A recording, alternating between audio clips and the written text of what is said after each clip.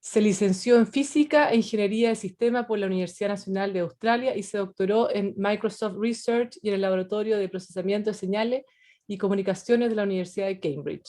Anteriormente trabajó en el MPI de Cibernética Biológica y en el Departamento de Aprendizaje Automático de la Universidad de Carnegie Mellon.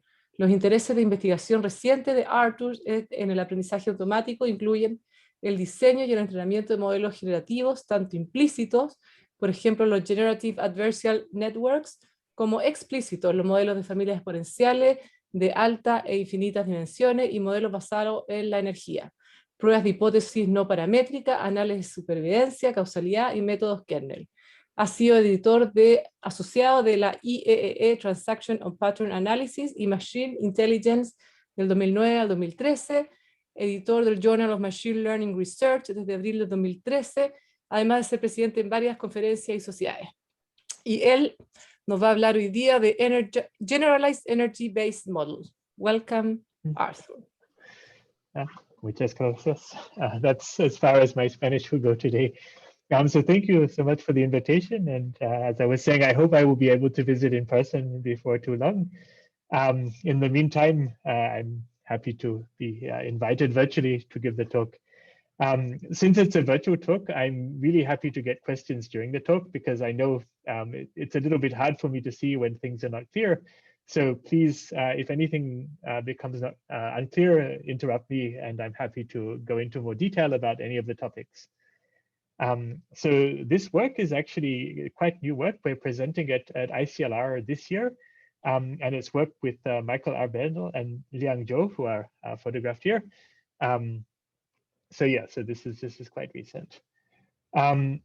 So the goal of this work is basically to design a generative model. So one of the topics that I was quite interested in is generative adversarial networks. And this was the sort of starting point for the work that I'll be presenting today. So in general, the idea is I have a collection of samples X from some unknown distribution P. And I would like to generate samples from some synthetic distribution, some artificial distribution Q that look like P. Now, what makes this difficult is that our distributions might be in very high dimensional space, but occupy some low dimensional, let's say submanifold or subspace of this much higher dimensional space. So in the example on this slide, P is a distribution over images of bedrooms. And Q is a synthetic distribution, which is creating images that are in some sense matching the target distribution P. So this is the kind of task that I want to do. This is the task I will be talking about in this talk. And fundamental to this task is the notion of divergence. So if I have my real samples P, my synthetic samples Q, I want a notion of divergence between P and Q so that I can minimize this divergence, so that my Q is going to learn to match P according to this divergence measure. So in any method for training a Q, however this Q is defined, I need a loss function. I need a measure of how far apart I am. Okay, now in general, when I'm talking about generative adversarial networks, just as a sort of image reminder, this is what I'm talking about. Okay, I have generated Q. Here it's a student, and this generator is generating a set of images. So in the task on this slide, the images are images of dogs. And then I have a critic. So the critic is my divergence here between P and Q, which compares my synthetic images to my real images, and then tells me how far apart they are. And then this gives feedback to my student. My student gets a number. It tells the student how far apart it is. And hopefully it also tells the student a gradient that the student can then use to improve its images. And so this cycle continues until either the student stops improving or the teacher, the critic, here my divergence, can no longer tell the real and the fake part. Okay, so this is how a generative adversarial network works. And this also tells us the role of the divergence. The divergence is here to compare the set of real and fake images. Okay. So this is the outline of the talk. I'm first going to talk about specific kinds of divergence that I might use in an adversarial network. I'm going to focus in particular on the either F divergences or phi divergences, because these are the classic divergences that are used in adversarial network training. So these are the most popular ones. It makes sense then to focus on them, although I'll also talk a little bit about other kinds of divergence as well. Now, we know how a divergence is used in a GAN, like the divergence compares the real and fake samples. But what I'm going to then introduce is a new class of models, which are these generalized energy-based models. Now, the generalized energy-based models actually use the divergence as part of the model. So remember, in this case, I have my student generating samples, and my divergence just compares the real samples from the fake samples. But imagine if this teacher could be somehow used to improve the model. This is what we're going to talk about, and this is what a generalized energy-based model is. And the key message of the talk is that all else being equal, including the divergence in the model will improve the model. So basically, this teacher has some information. And if we use this information, it will improve the model over using the student on its own. And we're going to see why. So this is the key message for this talk. And as I said, like this new work, which incorporates the critic into the model, is a very new work, and it only appears this year. Okay, so that's the overview. All right, so let's talk about divergence measures. Broadly speaking, if we want to compare P and Q, there are two things we can do. So one is, in some sense, to take a difference, P minus Q. And if P minus Q, in whatever sense we define it, is 0, then P and Q are the same. Another way that we could compare P and Q is to take, in some sense, to be determined a ratio of P to Q. And if this ratio of P to Q is 1, in a sense that we're going to specify, then P and Q are the same. So these are sort of two different philosophies that we might employ when we're comparing P and Q. So we can take these high-level ideas, and then we can make something that we can actually implement from these ideas. When I'm thinking about the difference, P minus Q, this gives me the family of integral probability metrics, okay? So integral probability metrics say, well, I want to look at the difference of P minus Q, but I need some summary statistic of P minus Q. So I will look for a function in a class, calligraphic H, which maximizes the difference in expectations under P and Q. So I'm taking this idea of P minus Q, and I'm looking for a function which basically maximizes this difference in expectations, makes the largest difference in expectations under P and Q. And this gives me my notion of divergence. All right. Phi divergences, remember, they're based on the idea of ratio. So I need some way of summarizing the ratio. So what I do is I take a function of the ratio, and I'm assuming that P and Q have density with respect to Lebesgue, and that P is absolutely continuous with respect to Q. So I don't want, I want that Q has support which is either broader than P or at least as big as P. And then I take the expectation. Okay. Now this function has to tell me when this ratio is 1. And it has to minimize my divergence when the ratio is 1, because then P and Q agree. So phi of 1 is 0. And phi is also going to be a convex function, and we're going to see why shortly. So when I have phi a convex function and phi of 1 is 0, and an additional continuity property, then this divergence is only 0 when P and Q agree. Okay, so let's first of all look at a couple of divergence measures from this side. Okay, so two that we're going to look at are Wasserstein and maximum mean discrepancy. So, depending on the class of functions that we choose in calligraphic H, we're going to get different divergence measures. Okay, to start with, I'm going to use the function class whose Lipschitz norm is bounded by 1. So you can think of them as having a gradient which has to be 1 or less. All right. And I'm going to use the function from this class of Lipschitz bounded functions that maximizes my difference in expectations. And you can see here an example of a function that maximizes the difference in expectations for a particular P and Q. So P here is the cluster of points, Q is the cluster of points. And here is the Wasserstein distance between P and Q. Here is the function that I'm using with this Lipschitz norm bounded by 1. All right. Now, this I could use as a critic function. And I could use that to train my red points to go towards my blue points. And this is actually a helpful critic function because as my red moves towards my blue, the Wasserstein goes down. Okay, so here as my red moves towards my blue, Wasserstein is decreasing. So to show in cartoon form, this is a helpful critic because the critic is telling me when it is that my red is approaching my blue. Okay. So Wasserstein distance, this is a helpful critic function for GANs, and indeed people have used it to train GANs. There's a very famous GAN called the Wasserstein GP, which is using something related to the Wasserstein distance. Okay, maximum mean discrepancy is another class of critic functions. Here I'm using a function in a reproducing kernel Hilbert space. This is a smooth class of functions. Okay. And here again, it's a helpful critic function because if my student is generating points here and my red points move towards my blue points, you can see the MMD is decreasing. So MMD is telling me when it is that my red and my blue are approaching. So again, it's a helpful critic. Here, the one has to be a little bit more careful because I could use a reproducing kernel Hilbert space, which is a class, I can sort of specify how smooth I want my function class to be. And I might use a function class which is less smooth, okay, which is still reproducing kernel Hilbert space, but one with a weaker smoothness constraint. This is an example of such a function class. You can see that it's less smooth than the one on the previous slide. And you can see that the MMD in this case isn't decreasing very much as my red approaches my blue.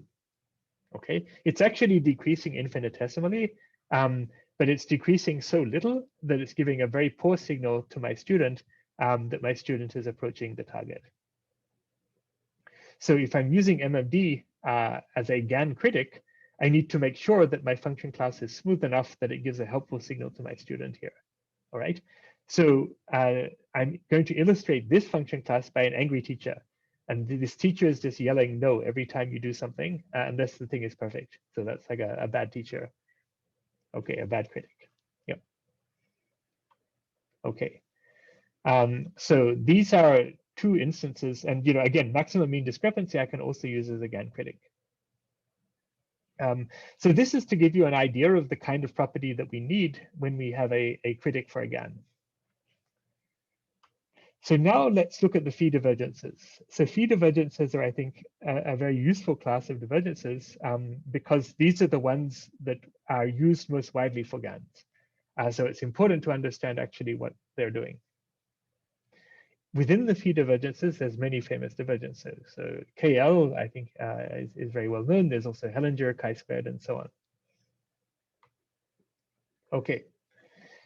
The phi divergences, remember the formula, it's phi of P on Q integrated over Q.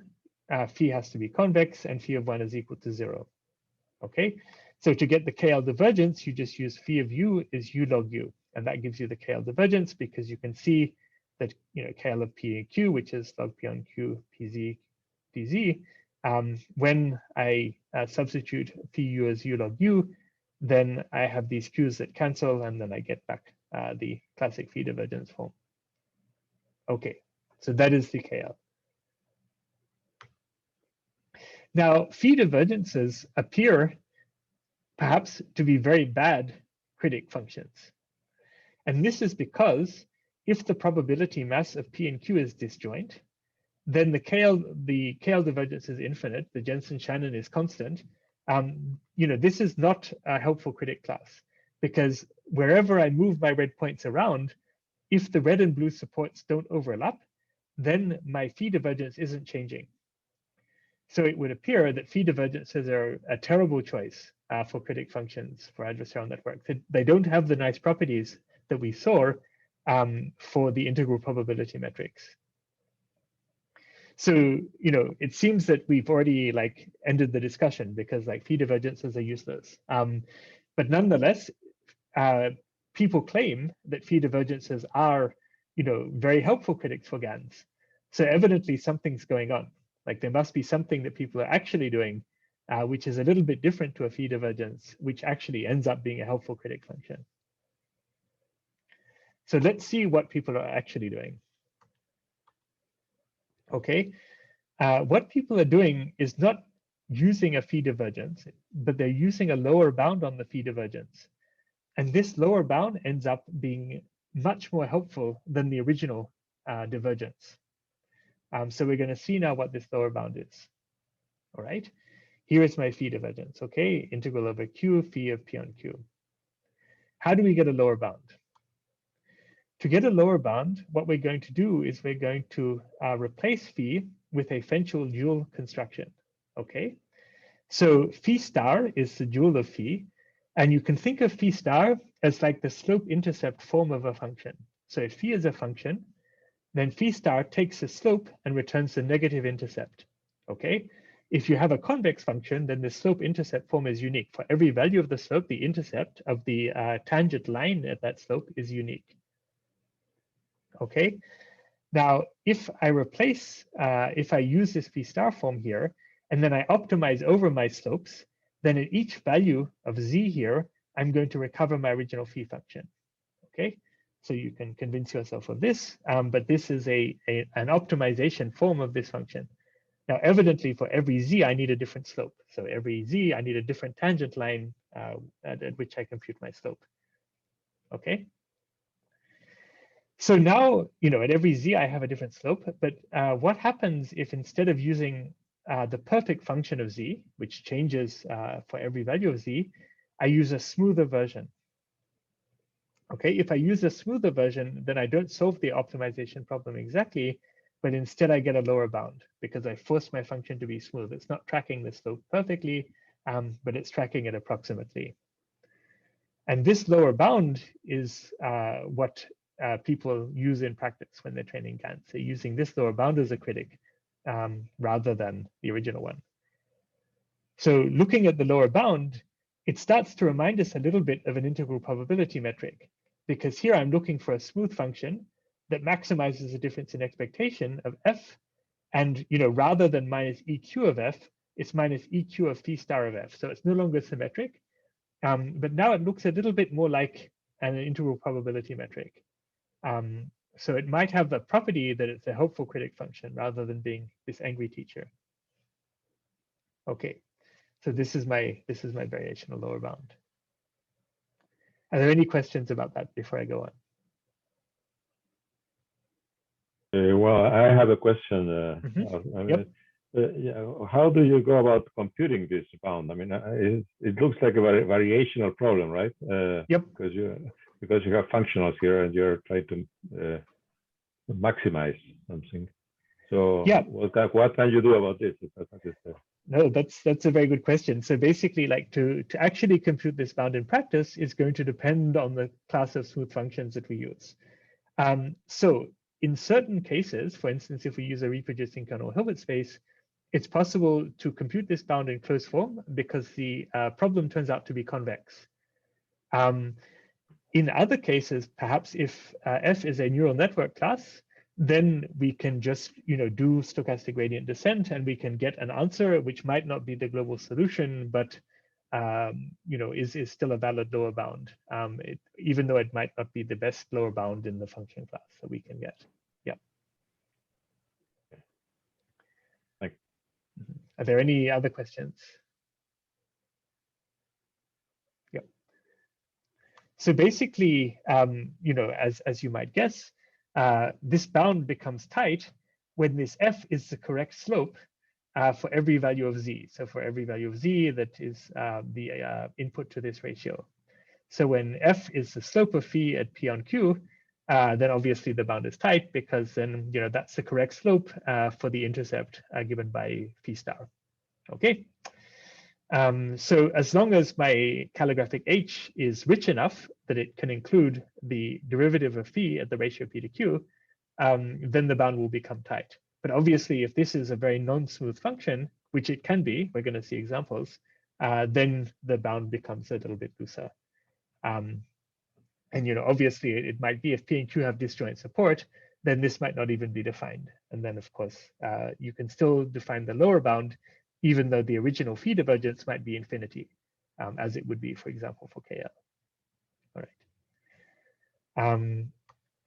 Okay, so let's look at the example of KL. Here is my KL divergence, log of P on Q, integral of P dz. In the case of the KL, I'm going to actually use a slightly different function class, which is minus f plus 1 rather than just f. This is just for convenience, so don't worry about that. So I've got my minus f plus 1 here, and I've got my EQ of e to the minus f, which is phi star of minus f plus 1. So this is my, again, my dual form. And this is from the previous slide. Okay, so this is the variational lower bound from the previous slide using the dual of phi, where phi, remember, for KL is u log u. Okay, so this is my lower bound. When does the lower bound become tight? Well, it becomes tight. Remember, it becomes tight when f is the derivative of phi evaluated at p on q. Well, the derivative of phi evaluated at p on q is the negative log of p on q. So let's look at an example. If p and q are both Gaussian with different means but the same variance, then this log ratio is a straight line. So as long as my calligraphic h contain the straight lines, then I will be able to attain the lower bound. Of course, there might be examples where this log ratio is a bit crazier, but yeah, we will look at those later.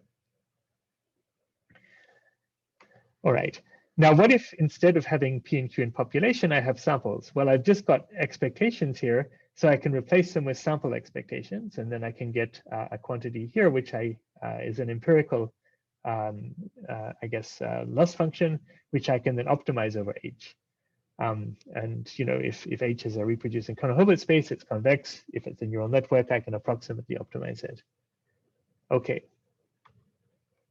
So we need a name for this loss. So we're going to call it the KL approximate lower bound estimator, or the KL divergence. So the KL divergence is a little bit different to the KL divergence because it's a lower bound. But it sounds a bit similar. Okay. So let's look at the properties of our variational lower bound, our KL divergence. Okay. Depending on how rich a class of functions we use, this bound might be, you know, actually quite a helpful bound. In particular, like one property that our original phi divergences have is that they're non-negative and that they're equal to 0 only when P and Q agree. So is this true for our variational lower bound? Well, it's true as long as my calligraphic H, my function class I'm using for the lower bound, is large enough. In particular, it has to be dense in the space of continuous functions with respect to infinity norm. Okay. And you know, there's also an additional property.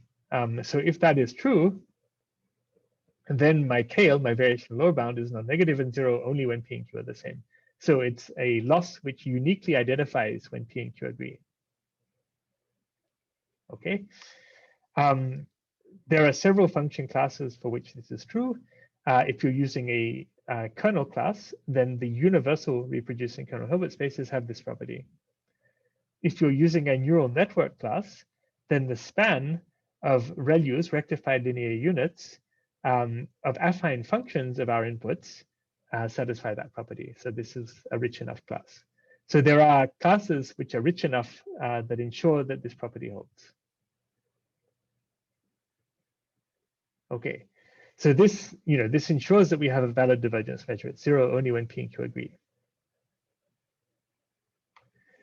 But maybe we want actually an additional property, which is, I think, extremely important if we're using the KL as a critic for training adversarial networks, which is that when Q converges weakly to P, that KL should go to 0. So this is important in those examples we saw earlier, where we have, you know, a set of points, red points moving towards the blue points, and we want our KL to go down to 0 in a nice way, even if the support is disjoint. This will be true when the functions in calligraphic H are Lipschitz with constant L. Now, the proof actually turns out to be quite intuitive, so I'm going to give the idea. Okay. Here is my KL. Here's my variational lower bound on KL. which is minus expectation of FDP minus e to the minus FDQ plus 1. What I'm going to do is to add and subtract the expectation of f, okay? When I do that, I notice that this term here is non-negative because f minus 1 is the slope of f at 1, of e to the minus f at 1, so this whole thing is greater than or equal to 0, okay? That means I can take the upper bound of this expression here as this expression here, FDQ minus FDP, which looks like an integral probability metric. So my KL is upper bounded by an integral probability metric. And if this Lipschitzness property holds, then this is itself upper bounded by the Wasserstein distance. And we've already seen that W1 goes to 0 when Q approaches P. So this goes back to something I said earlier. This KL looks more like an integral probability metric than a phi divergence. So it has this nice property that even if Q and P have disjoint support, nonetheless, my KL is going to 0 in a nice way when Q approaches P. So are there questions about this slide before I go on?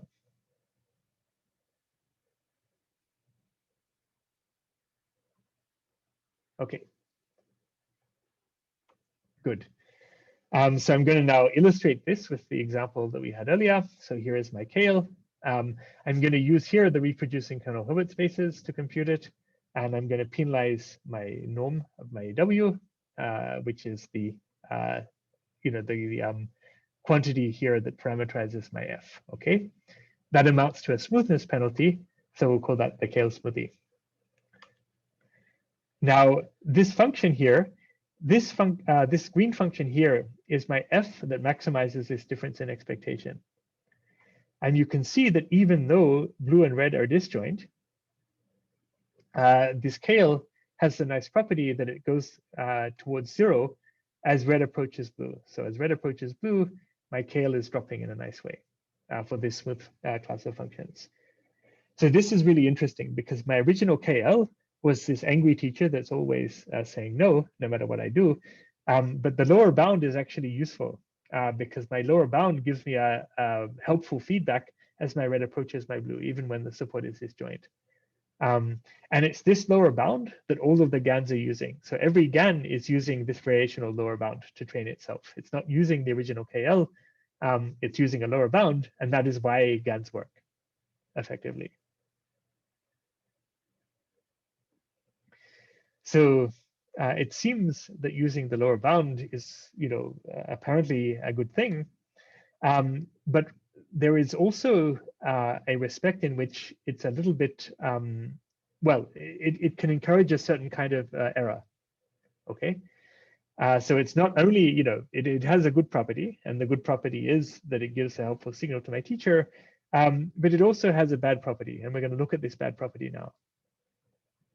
Okay, so let's think of the case where P and Q are Gaussian and have overlapping support, have the same mean, but have different variance. And let's say that my student, my red one, is too concentrated around its mean. So as I move along my x-axis, my red curve is getting more and more peaky, so more and more concentrated around the origin. Okay, so in this sense, my student is getting worse and worse. It's only making samples at the mean of the blue. It's not covering the support of the blue. When this happens, my KL is increasing, right? Because my answer is getting worse and worse. Now, the log ratio of P to Q, as the red gets more and more compressed, this log ratio is going to become less and less smooth. Lower, I have required my log ratio to be smooth. I forced it to be smooth when I define my KL, my lower bound. So that means that my lower bound becomes less and less tight the more the red becomes concentrated. So basically, my lower bound is not sufficiently penalizing this error compared to how much it should be penalizing that error.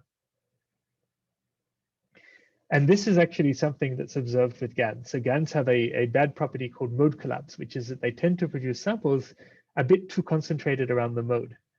And a reason for them doing that is because the divergence measure we're using doesn't punish that as much as it should do. So that's like the bad side of using this variational lower bound. Are there questions about this before I go on? I have a question that, well, the point is that you are using the term variational lower bound, and this is widely used in variational autoencoders. But they end up with the evidence lower bound usually when you try to optimize in order to learn these generative models. So I don't know if you could like quickly comment the relationship between this elbow and your kale. So actually, I'm going to have in a few slides an answer to that question. It's not quite the answer you expect, but it will be something which I will alert you when we come to it. Thank you. Yeah. Good. Very good question. Yep. Okay. So this is now, we've now looked at divergences, and we've looked at a particular notion of divergence, which is, a helpful one. In particular, when the support of P and Q is disjoint, like the divergence is still informative.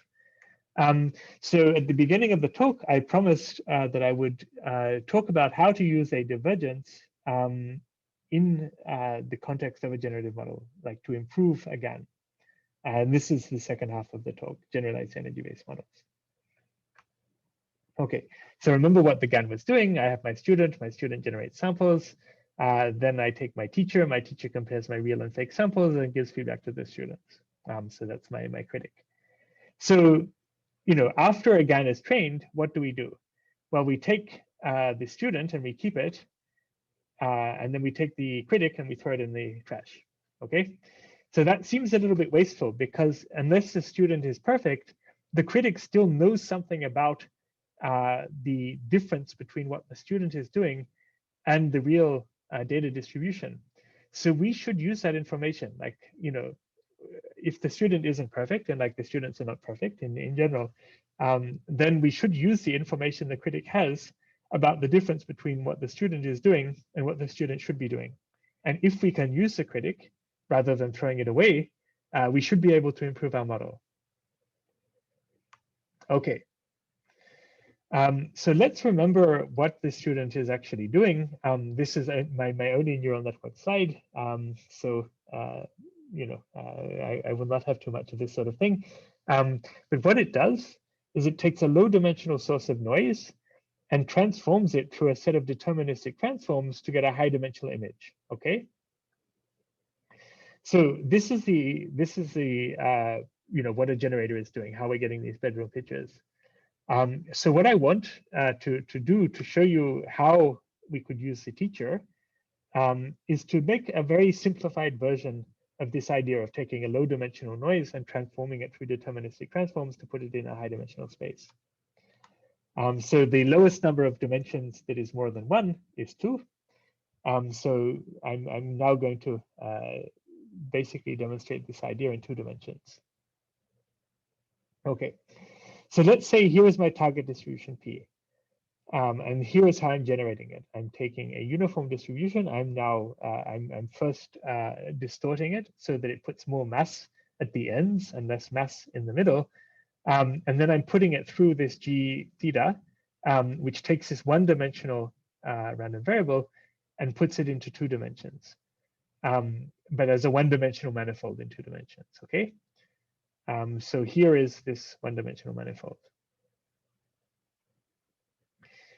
Now, a traditional density model for this, an exponential family model, would say, well, let's take something like x minus e, okay, and try and match this this target here.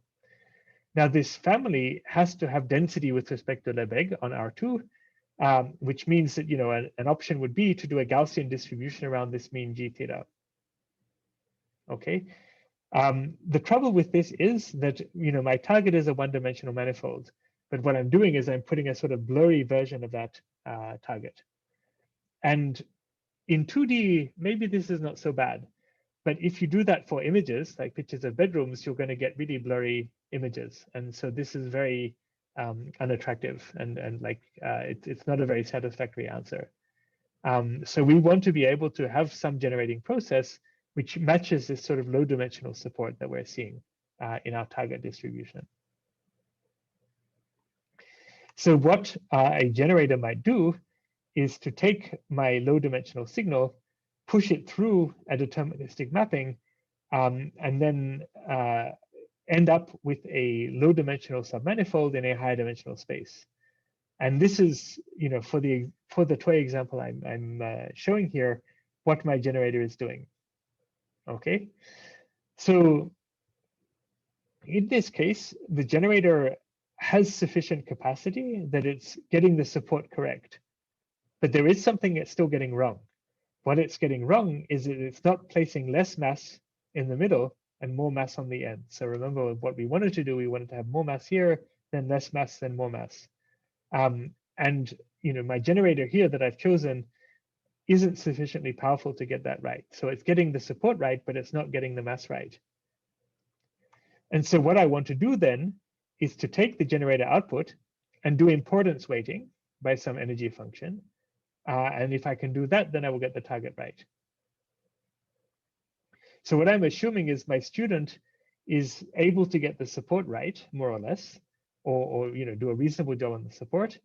But then I'm going to somehow use an importance weighting function to refine the mass on that support and improve it. And this is what I haven't explained that yet, but this is what my critic is going to do. My critic is going to do this importance weighting. So is this idea clear?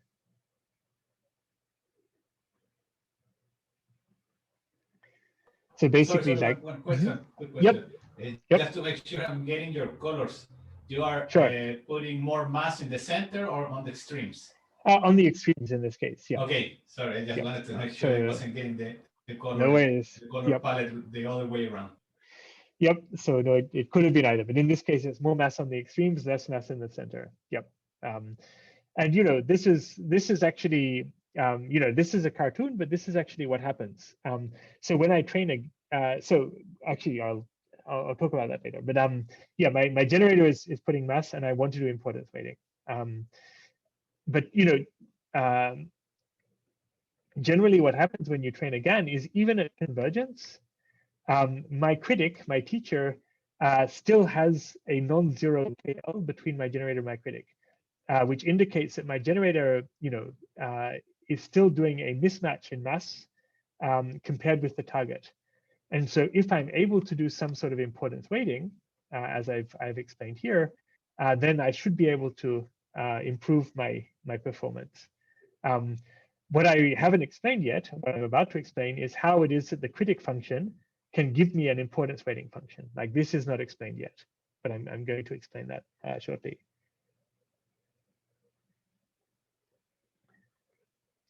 Is there any other questions before I go on? Okay, so how do I get, okay, first of all, I'll give the formalism for my model, and then I'm going to say how to get this importance weighting function. Okay, so here is how I define my model. The first part of the model is just a classic GAN generator.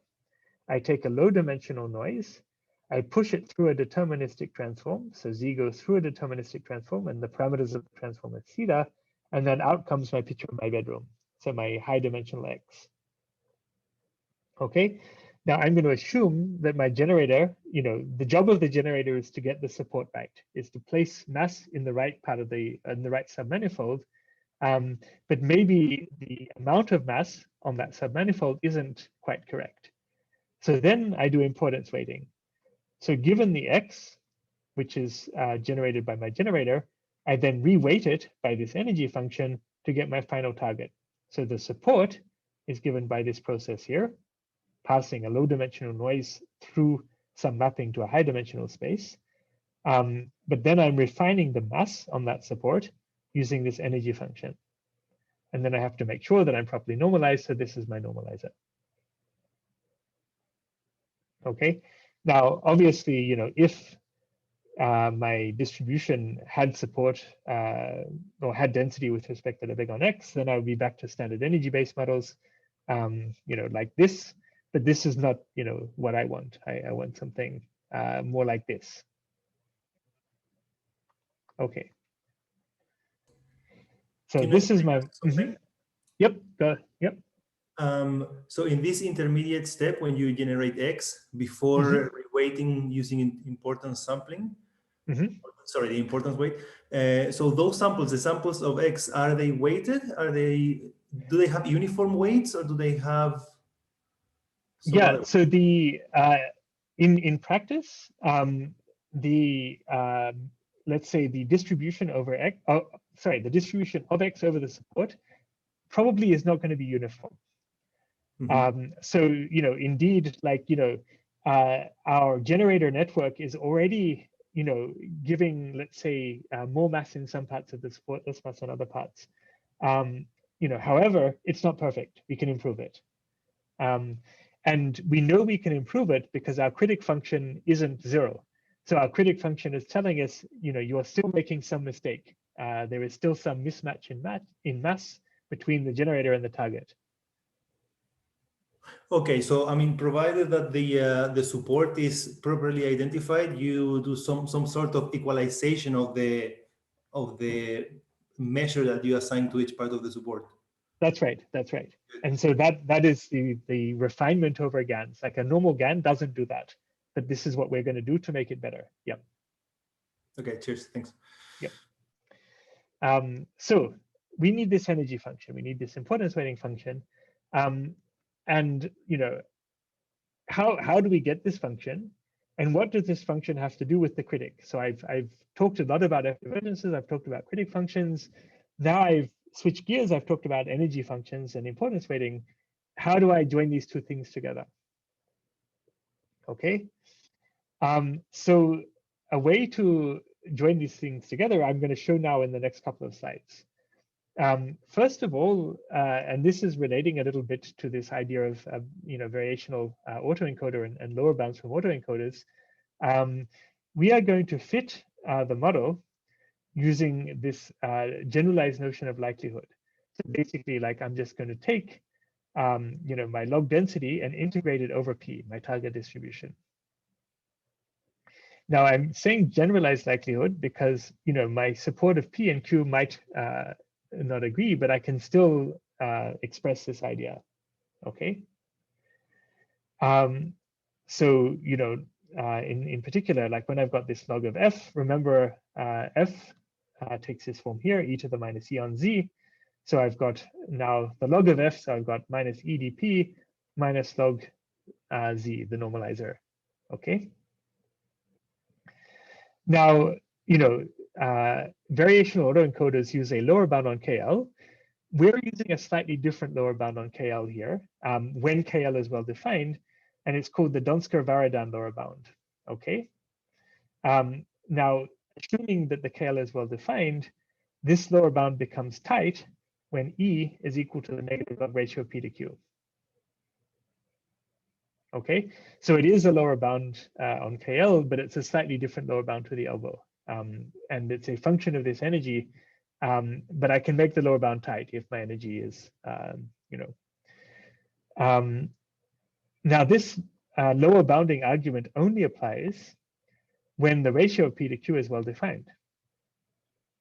If the ratio is not well defined, I can still write this generalized log likelihood as a loss function, but it no longer is this Donsker-Varadhan lower bound, and in particular, it's no longer tight when this ratio isn't defined. So I can't sort of say that the bound is tight when the energy function has this property. Okay, are there questions about this slide before I go on?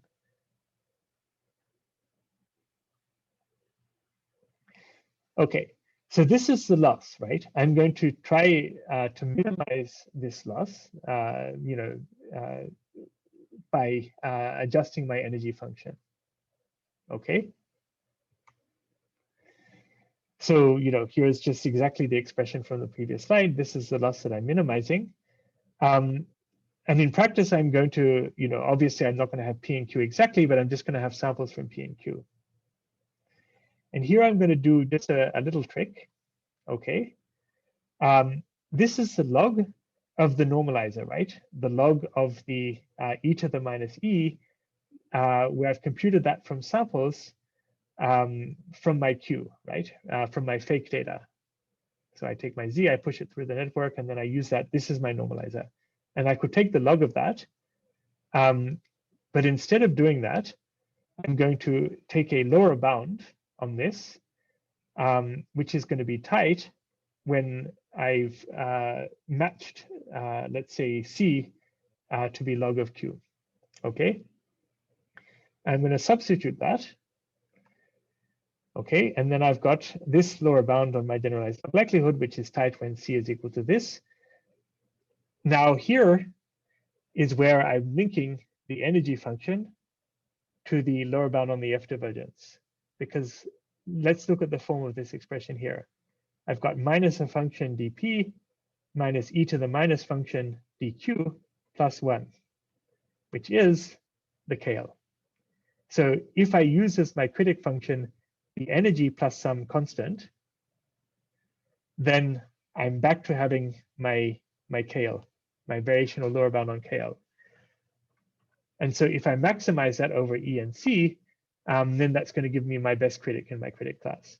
So basically, if I train again using KL with this energy plus C as my function class, then I can use that energy function as an importance weighting for my model. So since this is the most important slide of the talk, I will pause for questions about this slide.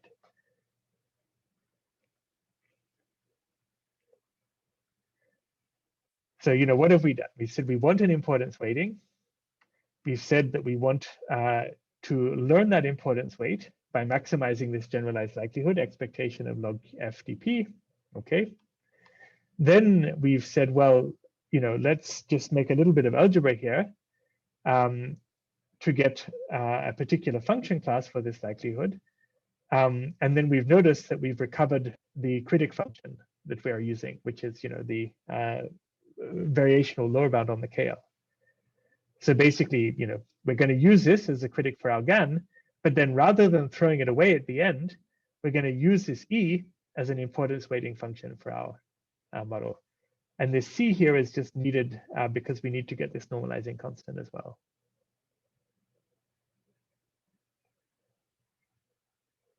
Are there any questions about that? Sorry, I have a question, but yep. Not on the formula, but in practice. Mm-hmm. It's true that in practice you train your GAN and you throw out the discriminator and you keep the generator. Yep. But in your case, then when you train, you're going to use both. But then when you generate, you are also going to keep using the discriminator. This is or you're still going to use only the generator? Right. So that's a good question. Like when, let's say, when I'm training, I have this end-to-end model. When I'm generating samples, how do I use this importance weighting function? Is that your question? Very good question. Yep. Right. Yep. So I will show you that very soon. Yep. It's a very good question, and it's not obvious, right? Because one thing is you could literally do importance weighting and rejection sampling, but that's a disaster, right? Because you're having terrible variance. It's a very bad idea. That's not what we do. People have tried to do something like that before. It doesn't work. You shouldn't do it. We're going to do something better. Yeah. So in a couple of slides, you're going to see. So this is the function we use to get the importance weighting function, right?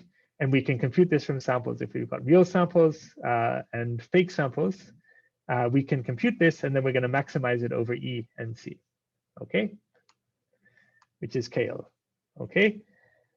Now, one very small thing I just want to remark on is that we also need to train the generator, okay? And in particular, we need to do, like, let's say we've computed our KL.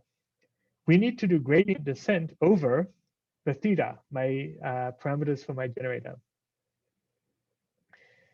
Now, let's define k theta as the KL my variational lower bound evaluated and my generator on theta, what is the gradient of this with respect to theta? It turns out you can compute that. Okay, it's a little bit messy, but here it is.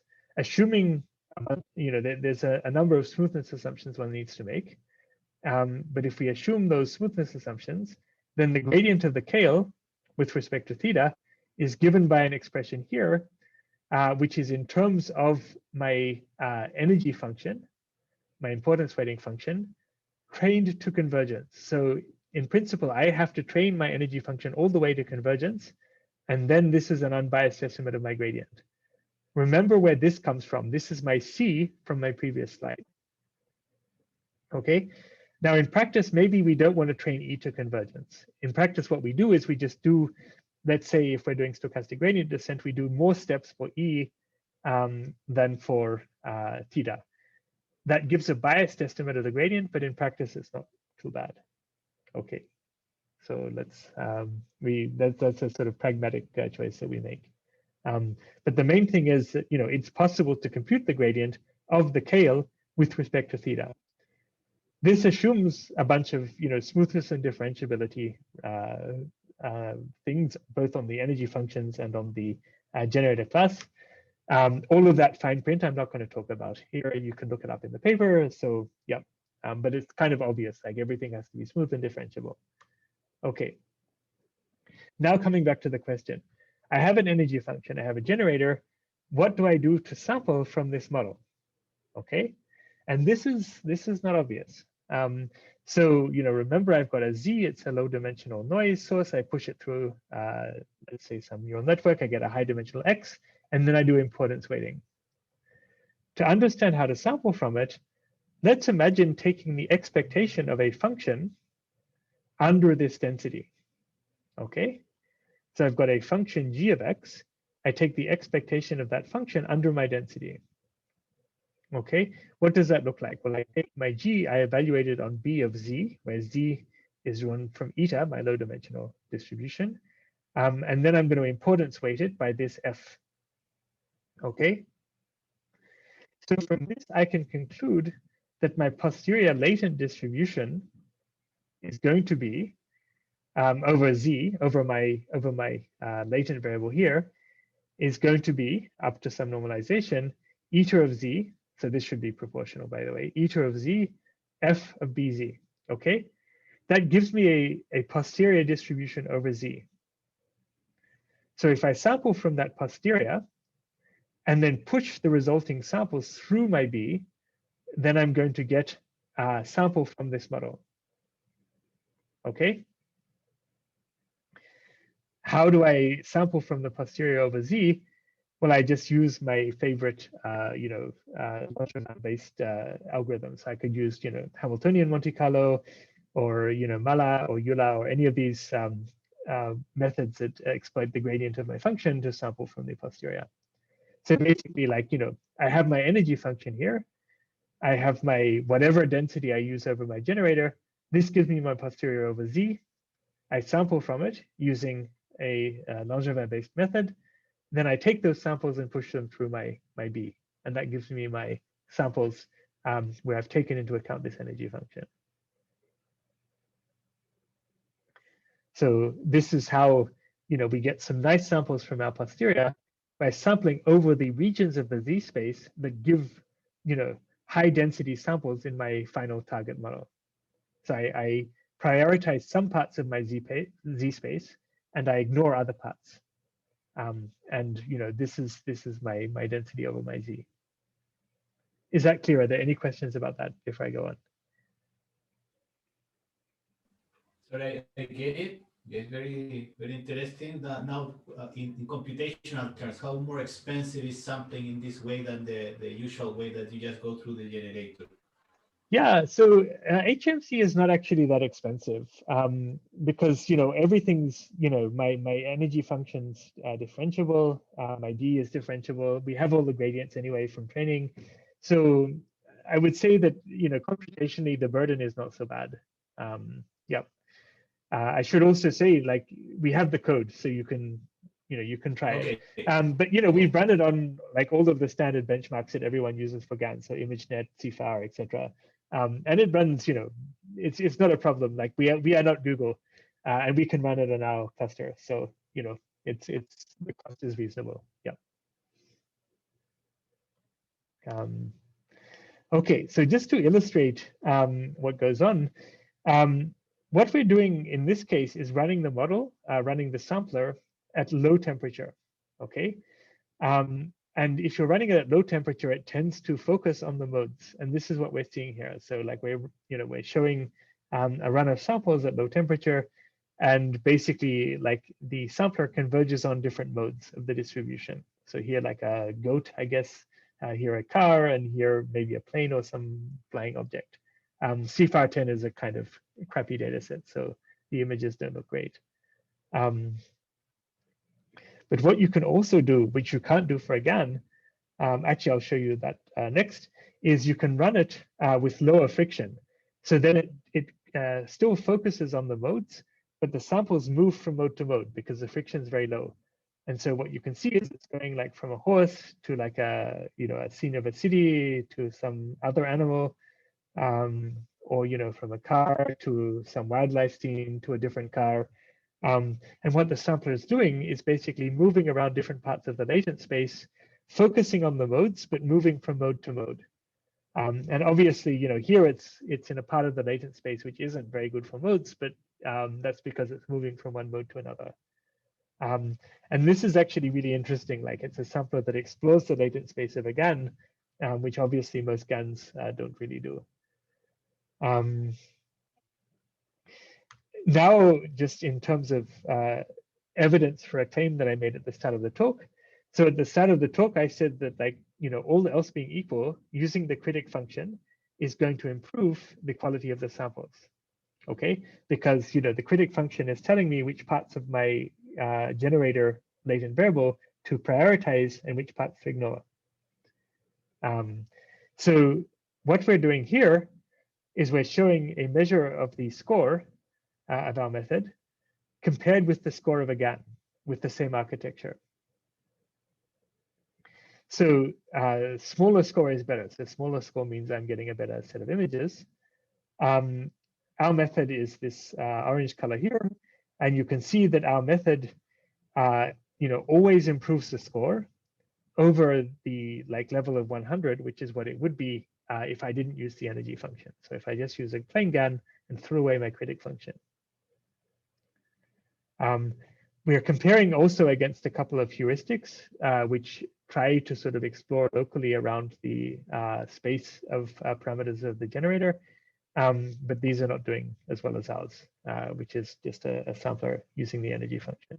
So our method is better.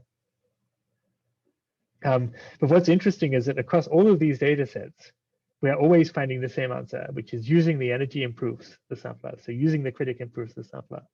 And that's pretty much across the board. Okay. So I think, yeah, that's concluding the talk. The main thing is don't throw away your critic function, use it and improve your sampler with it. This is a paper, we have the code. We should also say there's another paper which appeared, which has, in fact, well, it appeared within a couple of days of ours on arXiv. And it's using very much the same idea, but using a different p-divergence, so using the Jensen-Shannon rather than the KL. But I also have to give this group credit because they came up with the same idea at the same time as us. And you should also have a look at their paper. So yeah, so thank you very much. That concludes the talk. Many thanks, Arthur. Are there any more questions? I have one question. Mm-hmm. First of all, thanks for the talk, Arthur.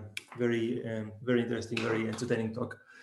I have a very general question. It's not too specific to the methods you presented, but it's a question I think you can give useful insight. So there seems to be a lot of interest in using different divergences in the latent space. as you showed that you're using Kale or the other divergence, the other work you just mentioned. There's also lots of people using the Wasserstein distance. Right? So is there, I was wondering, because I mean, if you like a divergence, you might want to use it in the GAN example, right? But is it possible to learn the divergence too? So for a specific problem, I mean, of course, searching in the space of divergence is a challenging task, right? You can also do something like cross-validation and try different divergences, but is there any way you can index the space of something like a continuous space of divergences and look through it? Yeah, so this is, I think, a very good question, and it's one that I don't have a good answer for. You know, for example, one can sort of think a nice example is like the KL, the reverse KL, and the Jensen-Shannon. You can sort of think of exploring even within different notions of this sort of log phi divergences to perhaps certain divergences, let's say, are more mode seeking. So it's sort of saying like, I want the biggest mode of my target to be matched, even if I miss some other modes. Certain other divergences are saying like, I must, have a divergence. I must have a distribution that covers all of my modes, and I'm not allowed to miss any, even if I put mass where there is no place to put it, where I shouldn't put it. So in a way, perhaps part of the answer to your question is like, what properties, how rich is your generating model, and what properties do you want to prioritize? So if my model can only produce a single mode and my target distribution has 2 modes, then is it more important that I cover both modes, or is it more important that I catch the largest one? And different divergences are going to perhaps, achieve different goals. So I don't think that one can sort of say like there is a single best divergence, but I do think that it's very interesting to optimize for different behaviors of your model by choosing among divergences. Maybe that's the best answer I can give. It's not a very good answer, but it might be useful. Yeah. No, it's a good answer. Thanks. Thanks a lot. Thank you. Any more questions?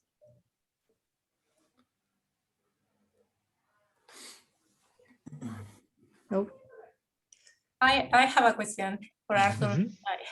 It's regarding the K. If it's used as a lower bound to optimize over the generalized likelihood, what if we had like an algorithm to directly optimize over the generalized log likelihood? Would it still be better to use the Kale like to obtain, or how those results would compare? So just to understand the question, so we've got this generalized likelihood. In a sense, the only additional thing that we do is this lower bound here. Yes, exactly. Right. So it turns out that you don't have to use the lower bound. You can just compute this. I sort of explained the use of the lower bound, so that we could achieve the Kale, but actually you can compare, and we did compare in the paper, what happens when we use this directly. Now, it turns out that using this directly doesn't do quite as well for a very subtle reason. The reason is the way that we train it. So with neural networks, there's always like the hidden, shall we say, confounder, or the hidden challenge, which is optimization. The way that we optimize this thing is by drawing mini batches. So we draw a small batch of samples from P, small batch of samples from Q. We do gradient descent on E. We did another small batch of P, another small batch of Q, gradient descent on E. Now, when we do it this way, every time we compute this thing, we compute it on another small batch of samples from our generator. And so that's kind of a little bit noisy. If we do it this way, you can think of like doing gradient descent on C as being a sort of like moving average over many, many of these little batches, and that's more stable. So this lower bound turns out to be more stable compared with, let's say, this approach here, where we have to, use different batches each iteration to compute this thing. Because this C here is a parameter that we're sort of updating every time we get another batch of samples from Q and P, we update C. And so in a sense, like that C incorporates information from many, many, many batches of samples. Does that make sense? Yeah, it makes sense. It's just that I was wondering if like we didn't have to like estimate the sum like the on the previous slide. I was thinking that we could have just used directly the scale like to find the parameters, optimize the parameters of the model. And I was thinking like, what if we had like an algorithm like that directly gave us that result? Like, would still scale be better than, because I understand the problem of the large variance of using that estimator, but like, what if we didn't have that problem? Like, would still be better to use scale? Right. So when you say like, so if you, I'm not, sorry, could you explain your question one more time? I didn't quite get it. Sorry, I was just like wondering, like, because like because we have that problem to estimate that sum, like there is a high variance. So exactly. If we didn't have that issue and somehow we had an algorithm that like allow us to optimize the parameters of the generalized log likelihood you have there, like would still be better to use scale, like instead of like solving the problem directly through the generalized log likelihood? Like, it's just like a so like in a sense, like how much do you give away by doing this lower bound? I mean, in principle, I think it's if you had, let's say, a very good estimate of this for E, you should use it. Like in a sense, like even in fact, that's something the reviewers were sort of like wary of. Like even when you've got this running average type approach here, it's still quite noisy because ultimately it's a difficult problem. Like learning the normalizing constant of a model in high dimension is just not, it's impossible one way or another. It's relatively possible because I'm in a lower dimensional submanifold in this high dimensional space, but it's still, I would say, a very poor estimator of this. So in a sense, like as far as the normalizing constant goes, I have basically two bad solutions. I've either got, but I don't know that there exists a good solution, because if there exists a good solution, then I would be able to compute a normalizer of a density in like 500 dimensions, which seems tough. Yeah. So yeah. Thank you. Yeah. All right. So any more questions? Or we just thank again Arthur for this very nice talk. And, thank you. And thanks everybody for coming. And I hope to see you, the participants and everybody else next time in 2 weeks, more or less. And I hope I will get a chance to visit as well. So that would be great. Thank you for the invitation. Yeah. All right. Bye-bye. Okay. Thank bye. you. Bye.